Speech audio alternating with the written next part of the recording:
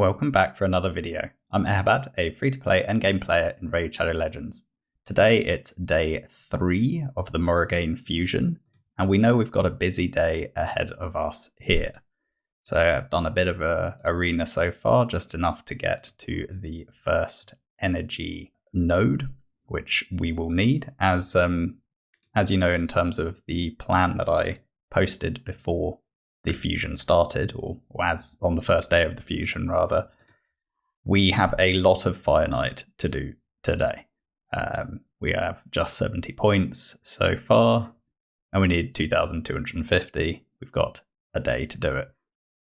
I will be skipping the chicken at 2,750. I'm not going to go for that. I will get the rare and stop, and then I'll go back to champion training until Spider starts. Most likely, I'll be able to do the 2,250 today with minimal gem usage. Might need a little bit, but not too much. We'll just take it as it comes. The Dungeon Divers has also started. We have a target of 3,750, and it is a 4-day event. You get about 0.7 Dungeon Divers points per energy spent in a stage 24 dungeon. So keep that in mind in terms of the amount of energy we're going to need, which is substantial. So before we jump into Fire Knight, we do need to make sure we have all of the energy that we're going to need open to us, which includes the champion chase. We're currently at 240 points. We know we're going to get another 250 from when we fuse the epic, and we will also collect 2 more rares along the way, plus probably some more mystery shards. So it's safe to say that we'll get to, say, roughly 750 points through those activities, which means we need a roughly 2,250 from the sacreds. I do also have an epic fragment champion who is a duplicate. Nagoria, when we did that fusion, I actually pulled him in shards afterwards. So his value in being pulled in CVC is greatly diminished, so we could use him as a 250 point filler as well. We know we're at 250 now, so let's jump in and see how we get on. First up, epic, so that takes us to 500. Not a good epic, but it's a dupe as well. Another epic, so that's 750. Believe that is a dupe as well. Another epic, so we're at the 1,000. Taurus can do some nice stuff in terms of poison explosion if you do that. 1,250 now. 4 epics in a row. It'd be nice to pick up 1 legendary, help us with the points. 1,500, another dupe. So far, every single pull has been a dupe. And another dupe.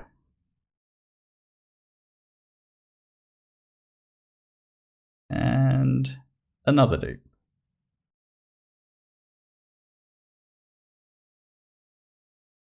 That's 8 shards we've pulled. All epics. That is 2,000 points in the bag. And I believe I'll get the rest required to get to my 3,000 through the other activities that I mentioned. There we go. 8 sacreds, quite disappointing. No legendaries, 8 to dupe epics. Anyway, we'll come back and claim those energy nodes in a second.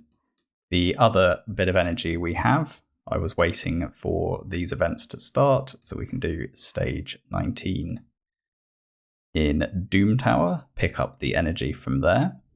So then ultimately we're going to be collating all the sources of energy we've got, all the daily refills. We've also got our 2 weeklies. We've got some from Doom Tower. We've got some from Arena, Champion Chase, Artifact Enhancement. There's a lot of sources of energy here for us to make use of. I also have my Tag Team Arena Bazaar energy is going to, it's going to expire or refresh rather. the cooldown is going to expire later today, so we will be able to use that as well. This is a disappointingly awful run. Normally they just take 18 turns. I don't quite know what happened. I wasn't paying attention. Too busy talking. Anyway, it's done now. We can always rerun it later if we wanted. There is the 150 energy. Whilst we're here, we might as well just get Magma Dragon done quickly as well, just so we don't forget to do it later. There's Magma Dragon. That's that done. Also gives us a nice number of gems if we do need to use gems for energy. It's always good to be collecting them. Right, so let's see how much energy we have. So let's claim our energy there, claim our energy there. And there, we know we've got an extra refill here. This last refill, I'm actually going to earmark for twins. So that will go on that. And then if we go to our champion training, we've got energy there. Artifact enhancement, another bit of energy there. Nearly finished the artifact enhancement event. Won't take too much longer. And then classic arena. Bit more energy there. And lastly, the champion chase we just did. Having collected all of that energy, we have just under 1400 energy to go into Fire Knight. As I mentioned already, if we go to the TTA Bazaar, we have another 300 energy coming in later, so that'll take us to 1700. I believe I need about 2250 energy. So I think we will end up using some gems, but it won't be too many refills we'll require. We'll get most of it done as is. Now, a question that people do ask is, what stage do I farm? And there are arguments for stage 20, 24 or 25. I personally pick 24, and this is the team that I use in Fire Knight 24. If we run it, you'll see that it is it's 100% success rate. It's not too slow. It lacks the reset champion, which would make it extremely fast, but I need to have a reviver there because we've got a negative affinity allure, so there is RNG involved. It will transpire that every few runs the boss will take a turn, people will die, and that revive will be needed. But because we do have that Duchess, it is completely 100% success. So, there's pros and cons, right? In fact, you see Allure has already managed to suicide on the run. So, eventually we get through, doesn't take too long, and it's pretty safe. So this is the team that I will use to farm it. If we look at the graphic comparing stage 20, 24 and 25, the reality is that if you look purely at legendary 6-star drops, stage 25 is best. On this number of runs, you can't see it. You actually have to run even more runs, as in the marginal gain is so small that it isn't even rounded to the nearest 0.1 from 1400 energy in terms of the number of 6-star legendaries.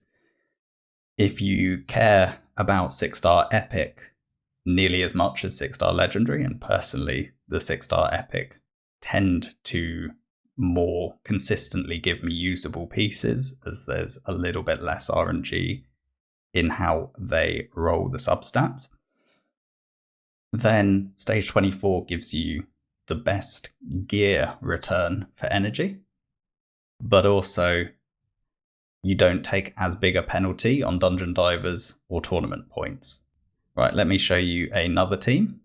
So this was my old Fire Knight 24 team before I moved to a Duchess and Seer combo. This is a little bit more kind of budget friendly. We've got a couple of rares, void rares in Cold Hearts, but we're talking relatively kind of end game budget rather than mid game budget. Stag Knight and Epic. Nethril I used, but I think you could use Visix in that place, or any other kind of damage dealer that has a bit of turn meter control. And then I have Arbiter there for increased attack and and TM fill, basically, so we cycle faster. It's not as quick as my other team, but it is also 100%, and it's very stable.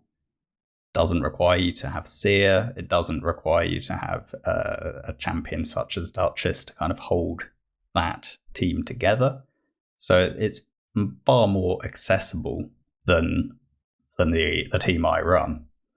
Obviously, a lot of people will run Stage 25 and Fire Knight because of the affinity issues, and Allure is more consistent on Stage 25, and you can therefore run Stage 25 without a Reviver and be, completely comfortable. To be honest, like this Stage 24 team, it doesn't need a Reviver. Arbiter is mostly there for TM fill and increase attack. You could swap her out with another champion that brings similar kind of utility to what she's doing here. Seeker would work, even though he's negative affinity as well. But I do find that just, you could have a little bit of bad RNG. They usually wouldn't take a turn, or at least with my old Nethril build, the enemies would never take a turn, but Nethril's not built very well at the moment on my account, so, they are taking the odd turn. It is quicker if Nethril is built faster and stronger than he is for me. But, the waves don't take too long. You get through to the boss.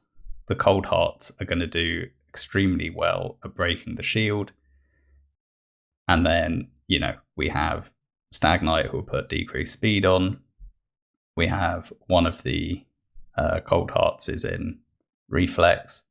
I think I actually forgot to even turn off her A2 when I just set up the AI just before I did this run, so there's room for improvement there.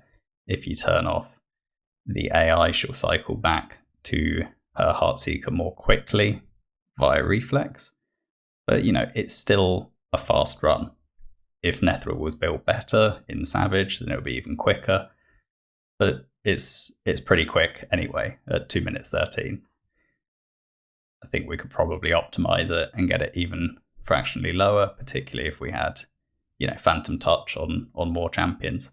So those are two teams that I use there. And then if you did want to see a Stage 25 team, when I do Fire Knight during CVC, I will run Stage 25. And at that point, you can run a Seer reset team or any kind of Nuka reset team, and Allure will do the majority of the job. So my Seer doesn't quite kill the waves by herself. So you have Royal Guard kind of just doing the additional bit of damage required. And as a consequence, you still end up killing the waves without any problem. And then we have AI set up to make sure we break the shield as quickly as possible. And, we get decreased speed on the boss. And with that, Allure is able to keep the turn meter down. I'll show the builds quickly after. And then past that, I'm going to set up the multi-battles and let all the energy run through. It's going to be one of those days where I don't actually have to play too actively. I'll probably go and watch a bit of TV or a film or something and just leave the game playing. Which suits me perfectly because, like I said, it's been a long week. I'm pretty tired. And I don't really want to sit here and play the game all day, so this works well for me. Yeah, granted, this is a faster run than the Stage 24 runs I do. But since I'm not running endless energy, I don't have bottomless pits of resources. We're looking for the most efficient use of the limited resources we do have. So I choose to run Stage 24 for those efficiency gains. Obviously, if you can't do Stage 24 or 25 in a reasonable time frame, or you're extremely limited in the amount of energy you've got and the resources you've got, then run Stage 20 by all means. It is the most efficient stage for dungeon divers and tournament points. You do lose out on some of the gear drops, like it isn't going to be as good for gear, but there are still benefits to running it. So if we look at the first team I showed, it's all kind of a bit mixed up now, isn't it? Let's look at the stage 25 team first. So Lydia, I actually have my Lydia in regen at the moment for something I was testing, which maybe we'll look at in another video. She doesn't need to be in regen for this. She just needs to be like quickest in the team, around 260 speed, and then kind of the rest of the stats don't really matter as long as she has enough accuracy to land her debuffs in dungeons, which is only around 225 accuracy. But this Lydia is built for other things. This is my Relentless Royal Guard I use in Brutal Hydra. So he's built to kind of, with higher effective HP than a kind of dungeon focused Royal Guard would be. His speed is reasonably quick, which I need him for Hydra, but he doesn't need to be that quick for this dungeon. And then obviously I have more accuracy than required because I do like to be able to land his decreased speed in other content such as Dark Fae and Hydra. My Seer is in Savage, 224 speed, enough accuracy that she could strip off buffs in Doom Tower, although it doesn't tend to be an issue. I still, if I can get the accuracy in the build, I see no reason not to, so she is in an accuracy chest, an accuracy banner, and therefore quite easily gets to the accuracy requirements. And she is reasonably stacked at 300% crit damage. She's in, as I said, Savage and a crit damage set. In terms of masteries, I've got Flawless on her. I don't see any reason you would ever pick any other mastery than Flawless for Seer. My Allure is actually, as I said, in Affinity Breaker, partly because I use her in stage 24, and it's still the best set for it. 100% crit rate is mandatory. I have over 350 accuracy because I use her in Dark Fae, and then around that 260 speed. I think if she was a little bit faster, she would be even more consistent, but this build I did probably about a year or 18 months ago, and I've never bothered changing it. In terms of masteries, I went down to Giant Slayer just to get a bit more damage out of her, but there's not too much exciting there. And then this Renegade is my level 50 in a shield set for the extra buff. Slowest on the team, enough accuracy to land the decreased speed. Ideally would probably be another 10 accuracy for consistency. It's not a great build overall, but it does the job. Like, you don't need more. Then if we think in the stage 24 team, we had Duchess. This is my main arena Duchess in Swift Parry. Maybe one day I'll move a Duchess into Stone Skin, but the build works for now. I don't want to spend the silver changing it. And then the other team was the Arbiter team. Arbiter just built for arena. Nethril in just like literally throw on gear, really badly built, doesn't even have 100% crit rate, is a bit too slow. I would either have a Nethril around this speed in Savage, or I'd run Nethril around 240 to 250 in kind of like a damage dealing perception build. So a bit of a weird build, but he's quite unloved these days, so he's just got some throw on gear rather than anything else. But at one point he was my most important champion on my account. He was the first kind of really good legendary I pulled, and he really carried my account in everywhere, really. Other than Clan Boss, I actually never used him in Clan Boss because I built him for wave clear. And then Stag Knight, a bit of an odd build as well. Bit of a kind of damage dealing Stag Knight. Could be faster, could have higher accuracy if I wanted to use him in other content. But for this, as I said, he only needs 225 accuracy anyway. It doesn't really matter how you build him as long as he's reasonably quick with enough accuracy. Past that, it doesn't matter too much. In terms of masteries, I have War Master, and I do think Master Hexer makes sense in a champion that has as many debuffs as he does. The Cold Hearts are built properly. I use them quite a lot, so this is the Reflex one. with about 210 speed, nearly enough accuracy for Dark Fae. It's a little bit light. I should probably try and sort that out at some point. And then the other Cold Heart in stun. Also, I probably would like another 10 accuracy on ideally, but we're doing the 70% crit rate. Both of them have around 250 crit damage. This one's got a bit more attack. The stun one is used in secret rooms and the like, so getting a bit more damage for wave clear does help. They both have the same masteries. I've gone to Giant Slayer in the end for my Cold Hearts for that extra damage on bosses, particularly, you know, if I use them in Dark Fae or I use them in Fire Knight. And since stages 21 to 25 were added, Flawless became less important on Cold Heart, as you can hit the 10% threshold without it. You could make an argument for Helm Smasher, but personally, I like Giant Slayer because of the quad hit A1. So there we go. I'm going to crack on and run all my energy using the stage 24 team that I showed, my Duchess team, and we'll see. You know, I know I'm going to need to do a bit more energy refills, but I'll just keep running it until we have the 2250 done. I hope that has helped and given you at least some ideas in how you might tweak your Fire Knight team, and at least answered the question on why I run stage 24s. You know, please like, comment, subscribe, and I'll catch you in tomorrow's video where we're going to try and do some either solo or duo spider to maximize our champion training there. Thanks for watching. See you tomorrow.